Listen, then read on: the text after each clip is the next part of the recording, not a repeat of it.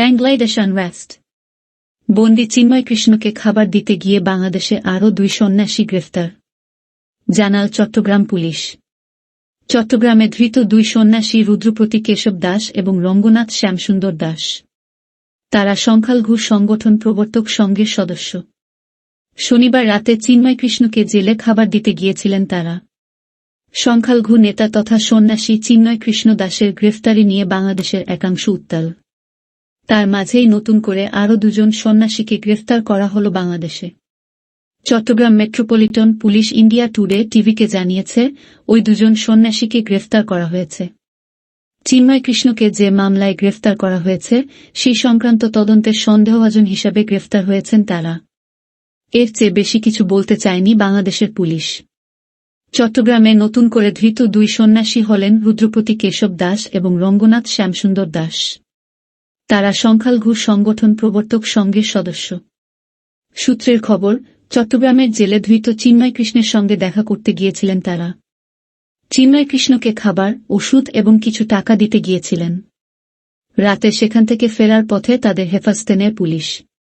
প্রবর্তক সংঘের প্রিন্সিপাল স্বতন্ত্র গৌরাঙ্গ দাস বলেন, জেলে চিন্ময় কৃষ্ণকে খাবার দিতে গিয়ে আমাদের 2 জন সদস্য গ্রেফতার হয়েছেন। ওদের ভয়েস মেসেজ থেকেই এই তথ্য জানতে পেরেছি আমি। ওরা জানিয়েছে কোতোয়ালি থানায় তাদের আটক করা হয়েছিল। পরে তাদের জেলে নিয়ে যাওয়া হয়।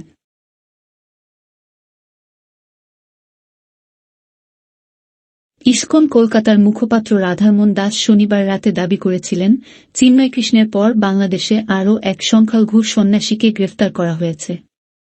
শ্যাম দাসের ছবি সমাজমাধ্যমে পোস্ট করে তিনি লিখেছিলেন, চট্টগ্রাম পুলিশ আর এক ব্রহ্মচারী শ্যাম দাসকে গ্রেফতার করেছে। তিনি কি সন্ত্রাসী? নির্দোষদের গ্রেফতারে ইসকন গভীরভাবে মর্মাহত। পরে বাংলাদেশ পুলিশ জানায়, 1 জন নয়, শনিবার রাতে 2 সন্ন্যাসীকে গ্রেফতার করা হয়েছে। তাদের বিরুদ্ধে ঠিক কী অভিযোগ রয়েছে স্পষ্ট করে জানানো হয়নি। গত 5 অগস্ট বাংলাদেশে শেখ হাসিনার সরকারের পতনের পর থেকেই সংখ্যালঘুদের উপর অত্যাচারের মাত্রা বেড়ে গিয়েছে বলে অভিযোগ। সংখ্যালঘুদের অধিকারের দাবিতে কথা বলতেন চিন্ময় কৃষ্ণ। একটি সমাবেশে রাষ্ট্রদ্রোহিতার অভিযোগে গত সোমবার তাকে গ্রেফতার করা হয়। খারিজ হয়ে যায় জামিনের আবেদনও। তার মুক্তির দাবিতে চট্টগ্রাম এবং রংপুরের সংখ্যালঘুরা পথে নেমেছেন। তাদের সঙ্গে পুলিশের সংঘর্ষে এক আইনজীবীর মৃত্যু হয় মঙ্গলবার। তারপর থেকে উত্তেজনার পারদ আরও চলেছে। এই পরিস্থিতিতে বাংলাদেশে ইসকনকে নিষিদ্ধ করতে চেয়ে মামলা হয় হাইকোর্টে। সেই মামলায় বাংলাদেশ সরকার ইসকনকে ধর্মীয় মৌলবাদী সংগঠন বলে উল্লেখ করে। যদিও ইসকনকে নিষিদ্ধ করার আবেদন আদালত খারিজ করে দিয়েছে। বাংলাদেশ পরিস্থিতি এবং সেখানে সংখ্যালঘুদের অবস্থা নিয়ে উদ্বেগ প্রকাশ করেছে নয়াদিল্লিও। কলকাতার রাস্তায় গত কয়েকদিন ধরে চলছে বিক্ষোভ, প্রতিবাদ।